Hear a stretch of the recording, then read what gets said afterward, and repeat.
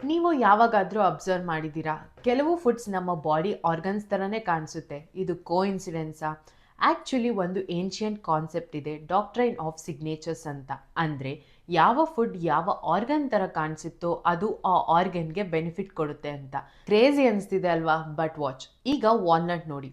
ಇದು ಬ್ರೈನ್ ಥರ, ಇದಕ್ಕೆ 2 ಹೆಮಿಸ್ಪಿಯರ್ಸ್ ಇದೆ, ವ್ರಿಂಕಲ್ಸ್ ಇದೆ and it's rich in omega 3, so ಇದು ಬ್ರೈನ್ ಫಂಕ್ಷನ್ಗೆ ಹೆಲ್ಪ್ ಮಾಡುತ್ತೆ.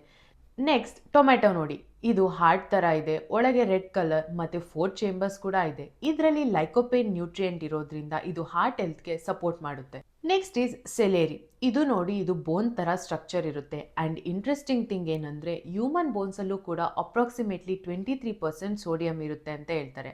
ಅದೇ ಥರ ಸೆಲೇರಿಯಲ್ಲೂ ಕೂಡ 23% ಸೋಡಿಯಂ ಇದೆ, ಸೊ ಇದು ಬೋನ್ಸ್ಗೆ ಸಪೋರ್ಟ್ ಮಾಡುತ್ತೆ. ನೆಕ್ಸ್ಟ್ ಅವಕ್ಯಾಡೋ ನೋಡಿ. ಇದು ಯುಟೆರಸ್ ಶೇಪ್ ಥರ ಕಾಣಿಸುತ್ತೆ ಆ್ಯಂಡ್ ಶಾಕಿಂಗ್ ವಿಚಾರ ಏನಂದರೆ ಹೂ ಅರಳಿದ ಮೇಲೆ ಫುಲ್ ಗ್ರೋ ಆಗೋಕ್ಕೆ ಆಲ್ಮೋಸ್ಟ್ 9 ಮಂತ್ಸ್ ತಗೊಳುತ್ತೆ. ಆ್ಯಂಡ್ ಈ ಅವಕ್ಯಾಡೋ ಅಲ್ಲಿ ಹೆಲ್ತಿ ಫ್ಯಾಟ್ಸ್ ಮತ್ತು ಫೋಲೇಟ್ ಇರೋದ್ರಿಂದ ಹಾರ್ಮೋನಲ್ ಬ್ಯಾಲೆನ್ಸ್ಗೆ ಸಪೋರ್ಟ್ ಮಾಡುತ್ತೆ. ಆ್ಯಂಡ್ ಲಾಸ್ಟ್ಲಿ ಫಿಗ್ ಅಂದರೆ ಅಂಜೂರ.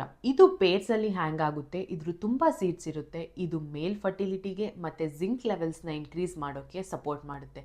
ಈಗ ನೀವೇ ಹೇಳಿ, ಇದು ಕೋಇನ್ಸಿಡೆನ್ಸಾ ಇಲ್ಲ ನೇಚರ್ ಡಿಸೈನಾ? ನಿಮ್ಮ ಒಪಿನಿಯನ್ ಏನು ಅಂತ ಕಮೆಂಟಲ್ಲಿ ಹೇಳಿ.